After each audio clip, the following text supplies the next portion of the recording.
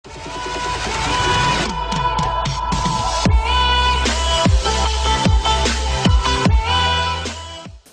स्वागत है आप सभी का हमारे यूट्यूब चैनल संस्कृत सरस्वती पर।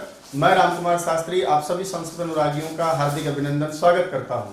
दोस्तों, यदि आपने अभी तक इस चैनल को सब्सक्राइब नहीं किया तो इसे सब्सक्राइब करें, लाइक करें, शेयर करें और वीडियो देखने के बाद इस चैनल पर कि ये वीडियो आपको कैसा लगा कमेंट्स बॉक्स में आप कमेंट करके मुझे जरूर बताइएगा। मैं आपकी कमेंट की प्रतीक्षा में रामकुमार शास्त्री एक बार फिर आपका हार्दिक अभिनंदन करता हूं।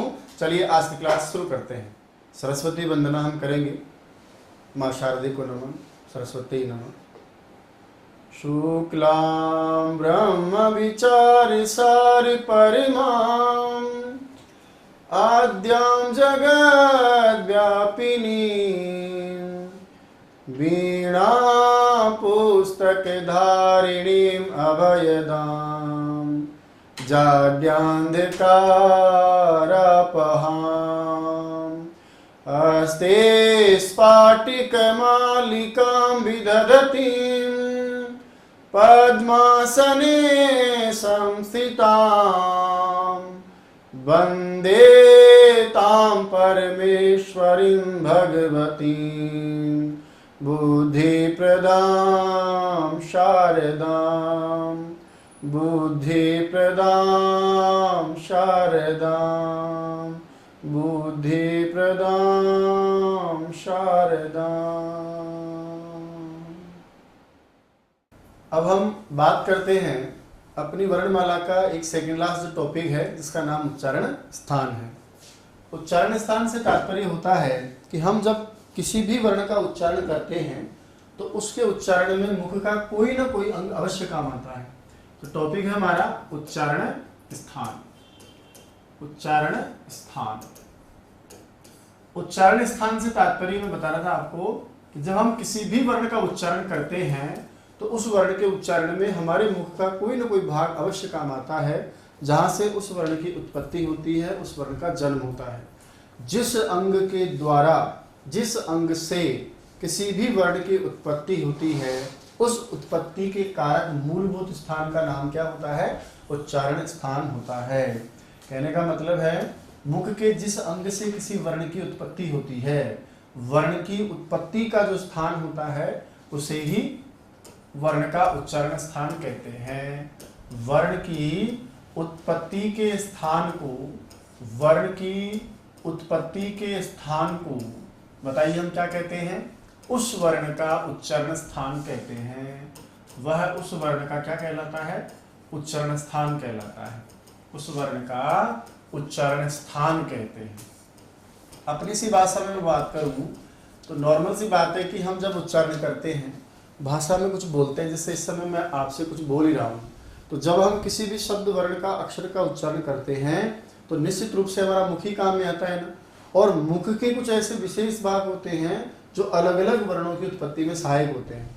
जैसे पापा बोलना है तो पापा के लिए मुझे होठों की सहायता लेनी होगी।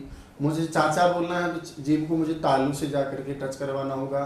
तो अलग अलग जो वर्ण है उनकी उत्पत्ति के लिए, अलग अलग वर्णों के उच्चारण के लिए जो स्थान काम में आते हैं, मुख का जो भाग काम में आता है, मुख के जो अंग काम में आते हैं, वो मुख के भाग, वो मुख के अंग, वो पार्ट ही उस वर्ण के स्थान, उच्चारण के स्थान कहलाते हैं। तो किसी भी वर्ण की उत्पत्ति करने में जिस अंग की सहायता ली जाती है, किसी भी वर्ण के उच्चारण में जिस अंग से उसका उच्चारण किया जाता है, जहां से उस वर्ण की उत्पत्ति होती है, उस उत्पत्ति के स्थान को ही उस वर्ण का उच्चारण स्थान कहते हैं। अब हमसे पूछे कि ऐसे कितने उच्चारण स्थान हैं हमारे मुख के अंदर जो वर्णों के उच्चारण में सहायक होते हैं? भाई कितने हैं? 10 से 50 ऐसे कितने हो सकते हैं?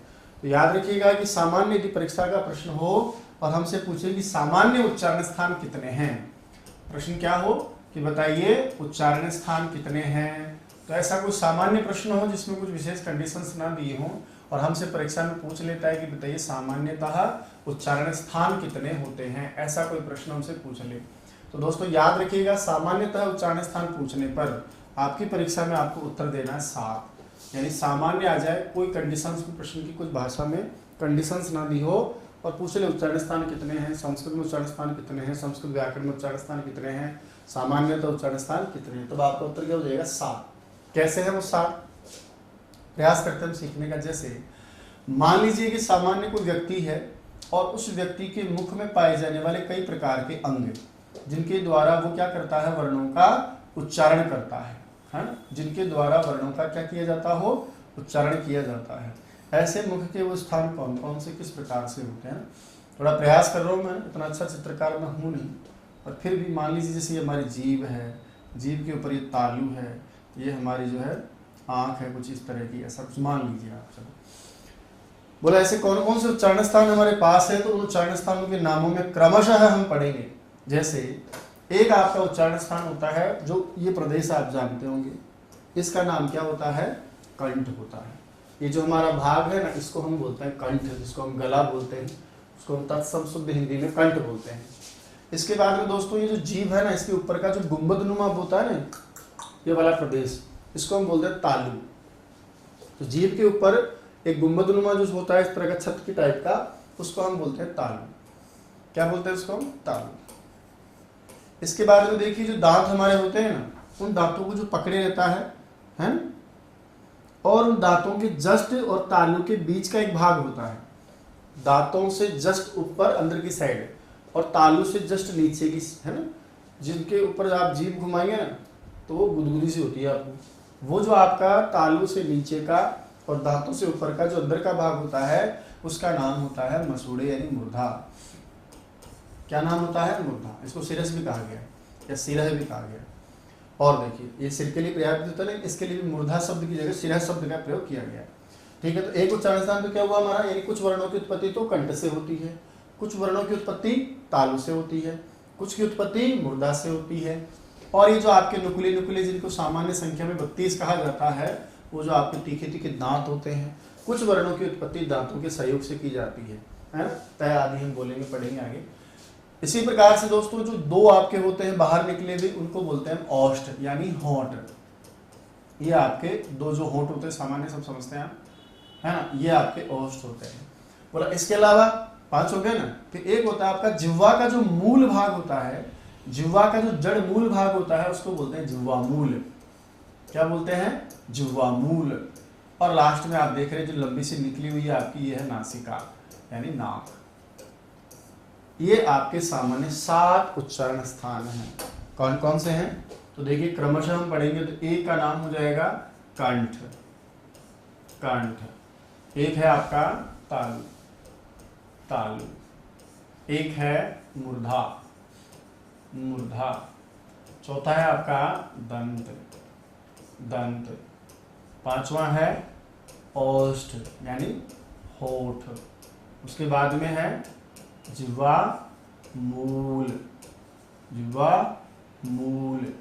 और उसके बाद में है 7वें नंबर का नासिका, नासिका। ये 7 सामान्य उच्चारण स्थान है हमारे। तो गला प्रदेश है, तालु होता है, मूर्धा मसूड़े को बोलते हैं, दंत आप समझते हैं, औष्ठ माना होठ है, जिह्वा का जो मूल भाग है उसको जिह्वा मूल कहते हैं, और एक आपकी नासिका जिसको नाक हम कहते हैं। ये 7 तो हमारे सामान्य उच्चारण स्थान है। तो परीक्षा में आ जाएगी, बताइए सामान्य तो उच्चारण स्थान कितने हैं, तो आपका उत्तर कितना हो गया, 7। प्रश्न नंबर 2 जिसकी भाषा होगी कि बताइए आपने बार-बार वर्णों के उच्चारण संबंधित एक ग्रंथ का हमेशा नाम लिया है, और उस ग्रंथ का नाम बताइए क्या है, पाणिनीय शिक्षा।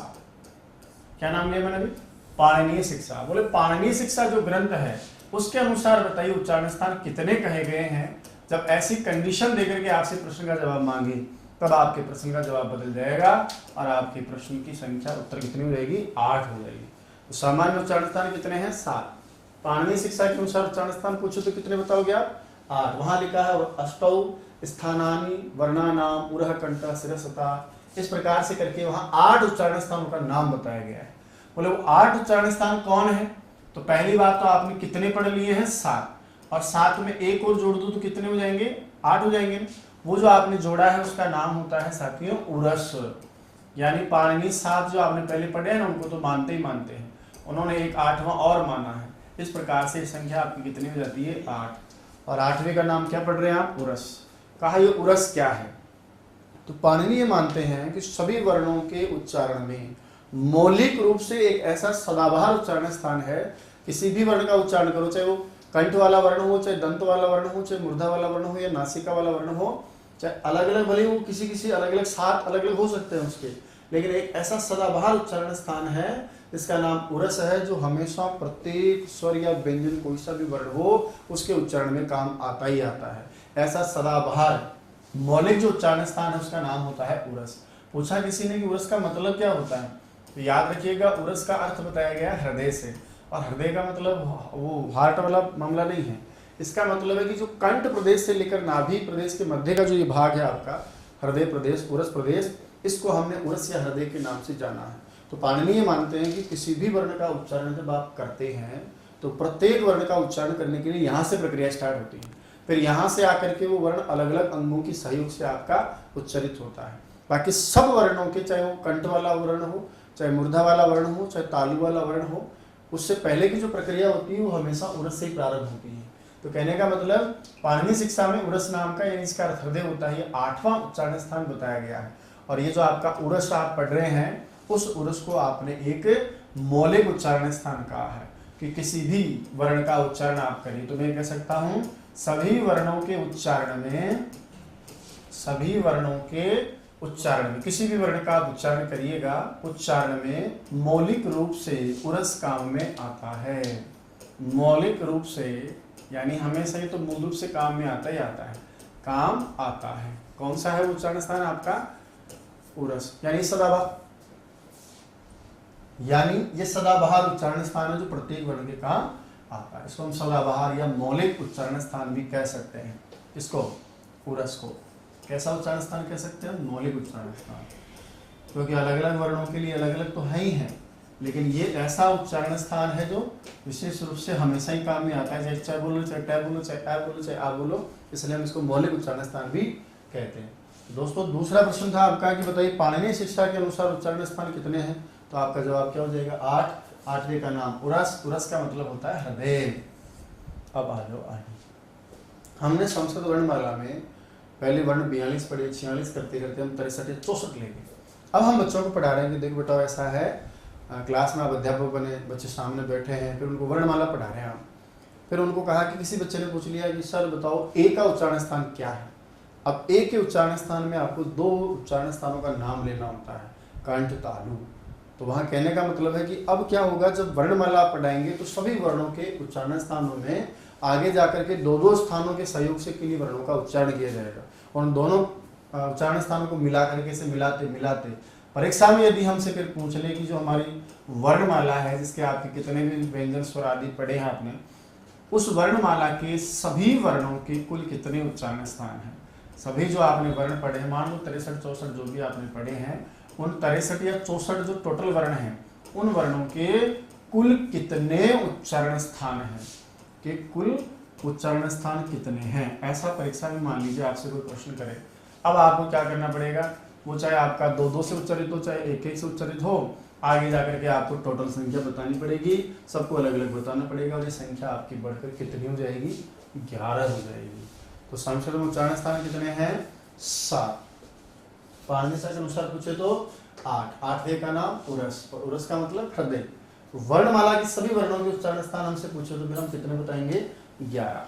पहले आप यहाँ तक लिखे, फिर हम उन 11 वर्णों का, उन 11 उच्चारण स्थानों को किस किस रूप में किस किस वर्ण का उच्चारण स्थान कहा गया है, ये डिटेल में हम पढ़ेंगे। तो लिखो पहले आप उच्चारण स्थान, हेडिंग डालें उच्चारण स्थान, उच्चारण स्थान, उच्चारण स्थान। अर्थ लिखिए उसका, वर्ण की उत्पत्ति के स्थान को, वर्ण की उत्पत्ति के स्थान को उस वर्ण का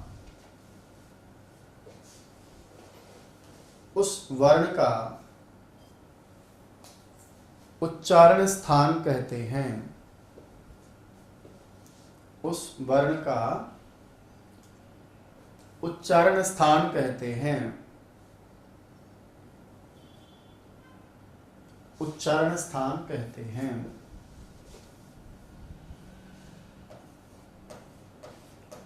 लिखिए अर्थात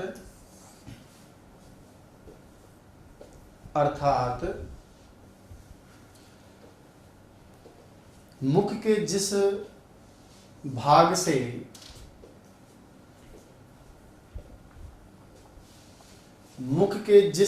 से वर्ण का उच्चारण होता है, मुख के जिस भाग से वर्ण का उच्चारण होता है उस भाग को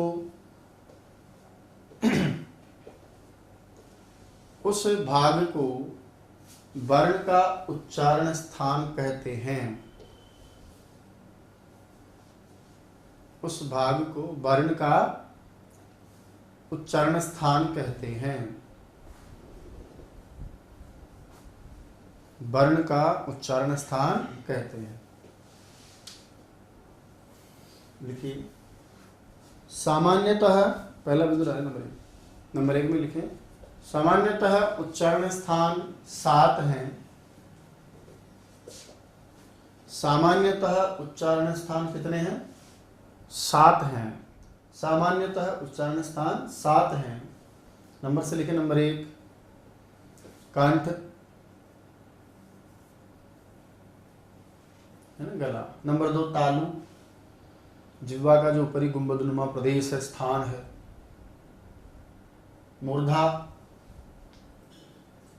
मूर्धा, इसके लिए सिरह शब्द का प्रयोग भी किया है, तो आप लिख लें ब्रैकेट में सिरह।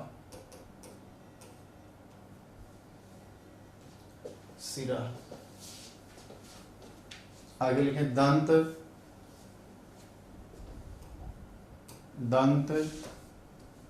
औष्ठ,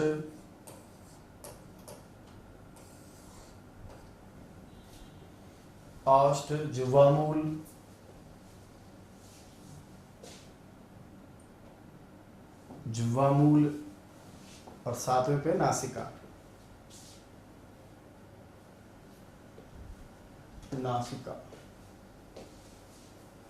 ठीक है, तो ये तो हो गए 7।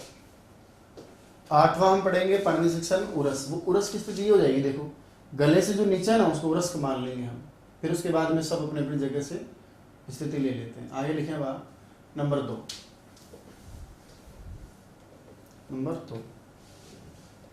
पाणिनि शिक्षा के अनुसार उच्चारण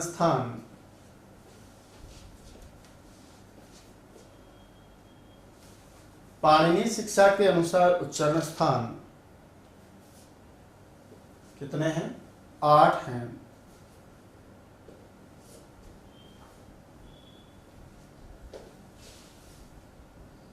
कितने हैं? 8।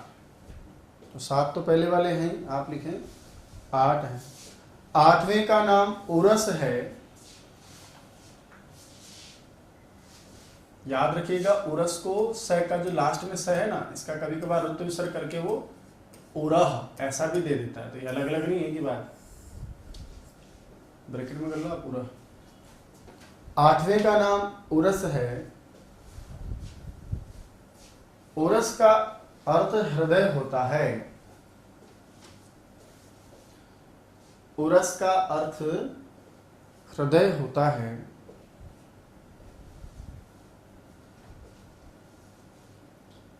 उरस का अर्थ हृदय होता है। पाणिनीय शिक्षा के अनुसार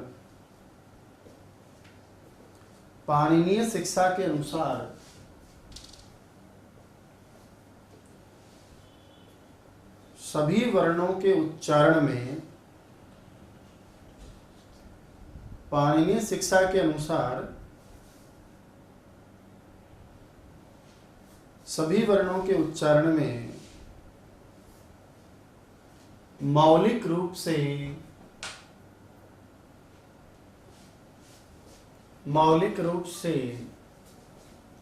उरस काम में आता है।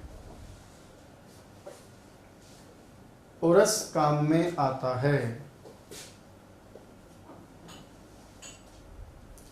उरस काम में आता है। अतः यह मौलिक उच्चारण स्थान कहलाता है। अतः यह मौलिक उच्चारण स्थान कहलाता है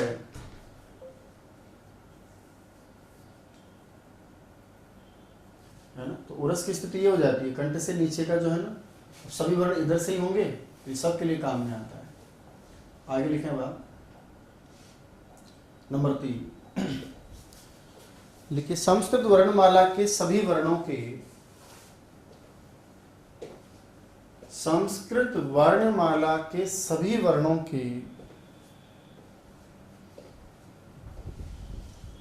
कुल उच्चारण स्थान 11 हैं। कुल उच्चारण स्थान कितने हैं? 11। कितने हैं? 11। संस्कृत वर्णमाला के सभी वर्णों के कुल उच्चारण स्थान 11 हैं। अब हम इनको लिखेंगे सूत्रों की सहायता से। पाणिनि ने कई सारे सूत्रों का सहयोग लेकर के आपको उच्चारण स्थानों की व्यवस्था समझाई है। पाणिनि शिक्षा में भी खूब सारे लिखे हैं ये। अब इन उच्चारण स्थानों के सूत्रों के माध्यम से ये देखेंगे कि कौन कौन से स्वर और व्यंजन का कौन कौन सा उच्चारण स्थान कहा गया है। दूसरी बात, जिस अंग से उच्चरित होंगे उस अंग के आधार पर भी इनका नाम पड़ेगा। कंठ वाले कंठी कहलाएंगे, तालु वाले तालव्य कहलाएंगे। और इन वर्णों की कुल संख्या, किसी जैसे कंठ से उच्चरित होने वाले कुल कितने वर्ण पड़ेंगे मान लो, तो ऐसा भी पाणिनि शिक्षा में विस्तार से बताया गया है। तो उनको हम डिटेल में एक बार पढ़ते हैं भैया। हम क्या करेंगे, साथ के साथ एक तालिका बनाते हुए चलेंगे। आपकी कॉपी आयताकार होनी चाहिए। आयताकार का मतलब ये यूं कम और यूं ज्यादा, नहीं तो खड़ा पेज होता है, एक आपका आड़ा पेज होता है। आड़े में तो समझ रहे होंगे आप। तो उस तरह से हम लिखने का अभ्यास करेंगे। मैं भी सूत्र लिखता हूँ, आप भी मेरे साथ के साथ पहले सूत्र लिखते चले, है ना। फिर जब आप सूत्र लिख लेंगे, मैं लिख लूंगा, तो उसके बाद में हम उनको सीखेंगे। अब उस तालिका में हम कौन कौन सी चीजों को स्थान देंगे। सबसे पहले तो एक हमारा होगा क्रम संख्या। ये क्रम संख्या 1 से लेकर के कहां तक चलेगी आप समझ गए होंगे। ये क्रम संख्या चलेगी 1 से लेकर 11 तक। तो एक कॉलम तो आपका ये होगा। उसके बाद जो दूसरा कॉलम होगा, उस कॉलम में हम लिखेंगे हमारा सूत्र, है ना, जिस सूत्र के माध्यम से हम ये सीखना चाहेंगे। जैसे ए और कु और है और विसर्ग का सूत्र क्या आता है, अकुह विसर्जन या नाम कंठः। तो उसको हम कंप्लीट करेंगे। उसके बाद में फिर जैसे ही सूत्र समाप्त हो जाएगा, उसमें कुछ स्वर आएंगे, कुछ व्यंजन वर्ण आएंगे। भाई वर्ण तो आते हैं, उच्चारण स्थान हम किसका पढ़ रहे हैं, वर्णों का। तो ऐसा हम साथ के साथ लिखते चलेंगे, कुछ सीखते भी चलेंगे। जैसे सबसे पहला जो आपका सूत्र है नंबर 1, यहाँ लिखेंगे हम नंबर 1। और नंबर 1 पे जो सूत्र लिखा है उसको हम लिखने का अभ्यास करेंगे साथ के साथ। अकुह विसर्जनीयानाम, अकुह विसर्जनीयानाम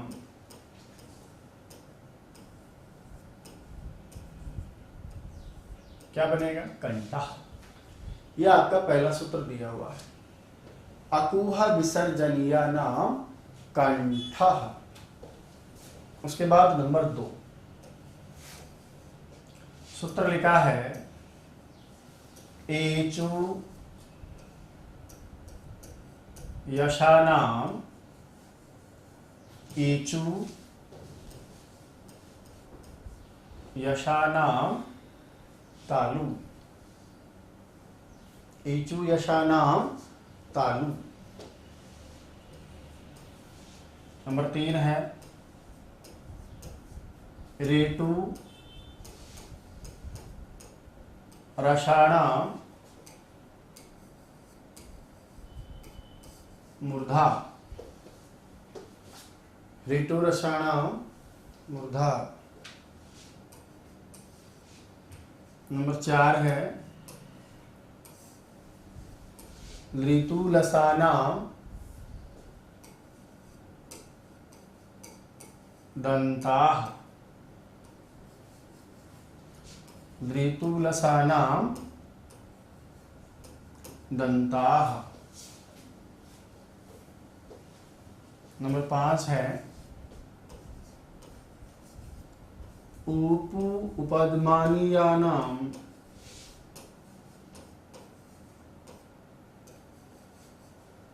थोड़ा अलग कर देता हूं ताकि आपको असुविधा ना हो।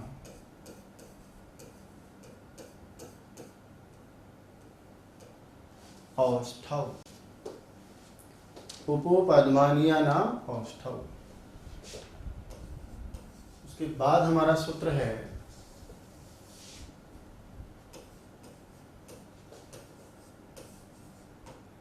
यमांगण नाम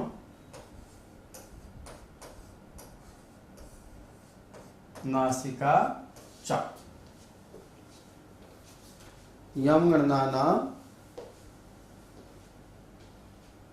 नासिका च। ठीक है। उसके बाद हम लिखेंगे 7वां सूत्र,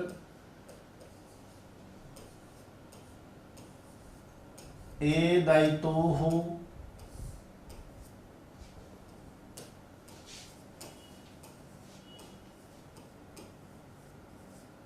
कंठतालु।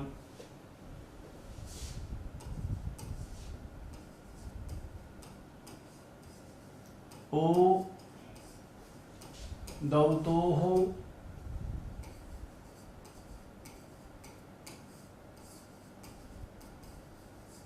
कंठौष्ठम।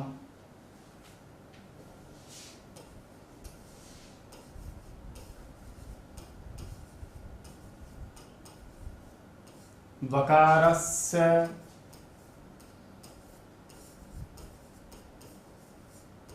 दन्तौष्ठम।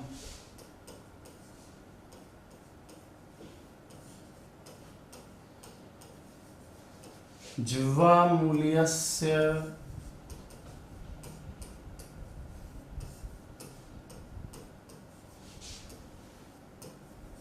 जिह्वामूलम।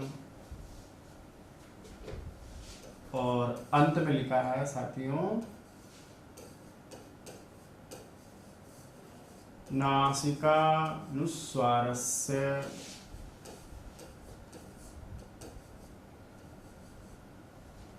नासिकानुस्वारस्य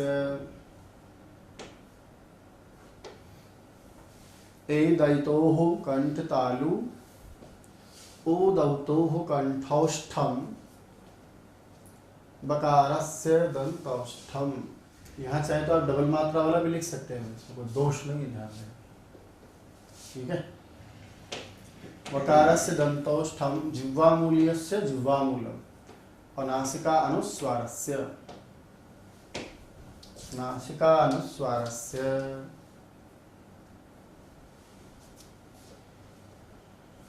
चलिए लिख लिए होंगे आप, नहीं लिखे तो वापस ले लें, कोई दिक्कत नहीं है। तो ये हमारे सूत्र लिखे हैं सब, पढ़ते ही पढ़ते। अकुह विसर्जनीय नाम कंठः एचु यसानाम तालु ऋतु रसानाम मूर्धा ऋतु लसानाम दंता उपपद्मानीयानाम औष्ठौ यमगणानाम नासिका च एदैतोः कंठतालु एदैतोः कंठतालु ओदौतोः कंठौष्ठम बकारस्य दंतौष्ठम जिह्वामूल्यस्य जिह्वामूलम नासिका अनुस्वारस्य। अब देखिए मैंने आपसे कहा था कि सबसे पहले तो आपको जो दिए ना सब सूत्र दिए हैं। अब इन सूत्रों में कुछ वर्ण दिए होंगे, उन वर्णों में से कुछ तो कैसे वर्ण होंगे भाई, स्वर वर्ण होंगे। कुछ तो कैसे होंगे, स्वर वर्ण होंगे। और कुछ इनके साथ में कौन से वर्ण दिए होंगे आपको, व्यंजन वर्ण दिए होंगे। वर्णों का ही तो उच्चारण स्थान पढ़ रहे हो ना आप। तो इन सूत्रों में आप देखिए ना आगे आगे लास्ट वाले सूत्र को छोड़कर, क्योंकि लास्ट वाले में क्या बोला नासिकानुस्वारस्य, तो लास्ट वाले में तो क्या है कि उच्चारण स्थान को तो उसने क्या लिया, पहले ले लिया और वर्ण को बाद में लिया। जबकि बाकी सारे सूत्रों में जो आप पहला अंश देखेंगे ना, ये तो है वर्णों का नाम। कौन कौन से वर्ण आएंगे, तो ये सब वर्ण है। और इन वर्णों का कौन सा उच्चारण स्थान है लास्ट में लिखा है, देखो आप। दूसरी बात इसमें भी फिर क्या किया, स्वर पहले पढ़े फिर व्यंजन वर्ण पढ़ दिए। स्वर व्यंजन। हाँ ये अलग बात है कि कुछ अयोगवाह भी दिए हैं इसमें आप देखोगे ना, तो स्वर आ रहा है, व्यंजन वर्ण आ रहा है, बाकी कुछ अयोगवाह का नाम भी इसने लिया है, विसर्ग का, अनुस्वार का। तो मैं उनको लगभग व्यंजनों के साथ ही ले लूंगा ताकि हमको थोड़ा बड़ा ऐसा नहीं लगे ना, बड़ा नहीं लगे। अब आओ कैसे, पहला सूत्र क्या है, अकुह विसर्जनीया नाम कंठः। तो सबसे पहला आपको देख रहे होंगे, आपको एक सूत्र दिखाई दे रहा होगा, सूत्र का नाम क्या है, है ना? क्या नाम है सूत्र का? अकुह विसर्जनीय नाम कंठ में आपका जो स्वर है उसका नाम क्या है? अ। तो सबसे पहले आपको एक स्वर दिख रहा है, उसका नाम क्या है? अ। अब याद रखिएगा दोस्तों, ये अ अपने आप में एक स्वर नहीं है। पढ़ा है मैंने आपको, ह्रस्व दीर्घ क्लोथ उदात्त अनुदात्त सलित अनुनासिक और अनुनासिक, ये अपने आप में जितने भी अ पढ़े हो ना अब तक आपने, तो आपने अधिकतम अब तक कितने अ पढ़े हैं भैया? आप कहोगे जी हमने अधिकतम अब तक 18 अ पढ़े हैं। तो ये 18 अ मानो आप अपने आप में। इसके बाद में आगे क्या है? कु। कु का मतलब तो मैं आपसे पूछूंगा, बताओ क्या होता है? कु का मतलब पूरा क वर्ग। ये लो साहब, कु का मतलब आपने बोला पूरा क वर्ग। और क वर्ग में तो अक्षर भी बहुत सारे आते हैं। कितने आते हैं? 5 आते हैं। तो पूरे के पूरे 5 अक्षर आपके इसमें आएंगे, क, ख, ग, घ और ङ। के अलावा और भी दिए हैं इसमें, बोला और कौन है? तो ये देखो यहाँ पर क्या लिखा है? ह। तो आपका इसमें ह वर्ण भी आएगा। और है के साथ आगे क्या लिखा? विसर्जनीय, तो इसमें आपकी विसर्ग भी आएगी। तो ये जितने भी वर्ण आप देख रहे हो ना, अकुह विसर्जनीय नाम, तो अ, कु यानी क वर्ग, क, ख, ग, घ है और विसर्जनीय नाम, इन सभी वर्णों का कंठ उच्चारण स्थान होता है भाई साहब। कौन सा वाला? बोला उच्चारण स्थान होता है इनका कंठ वाला। तो दोस्तों ये थी आज की क्लास, एक नए अंदाज में, एक नए विषय वस्तु के साथ, एक नए तरीके के साथ। आशा करता हूं आज का वीडियो आपको बहुत अच्छा लगा होगा। आज की क्लास आपकी प्रतियोगी परीक्षा के लिए बहुत लाभदायक रहेगी। दोस्तों ये वीडियो कैसा लगा, वास्तविक आपका अनुभव कैसा रहा, ये कमेंट्स बॉक्स में आप मुझे कमेंट करके जरूर बताएंगे। आपके कमेंट्स को पढ़ करके मैं जवाब दूंगा, और भी हम बहुत सारी अच्छी अच्छी चीजें पढ़ते रहेंगे, सीखते रहेंगे। आपके कमेंट्स से मुझे जो ऊर्जा मिलती है, यकीन मानिएगा आने वाली क्लासें और भी जोरदार होंगी, आपके लिए जो वास्तव में फायदेमंद रहेंगी। रीट और सीटेट या कोई भी सीट परीक्षा होगी उसमें हम बहुत अच्छा प्राप्त करेंगे। बने रहिएगा चैनल के साथ। जय तो संस्कृतम, जय तो भारतम।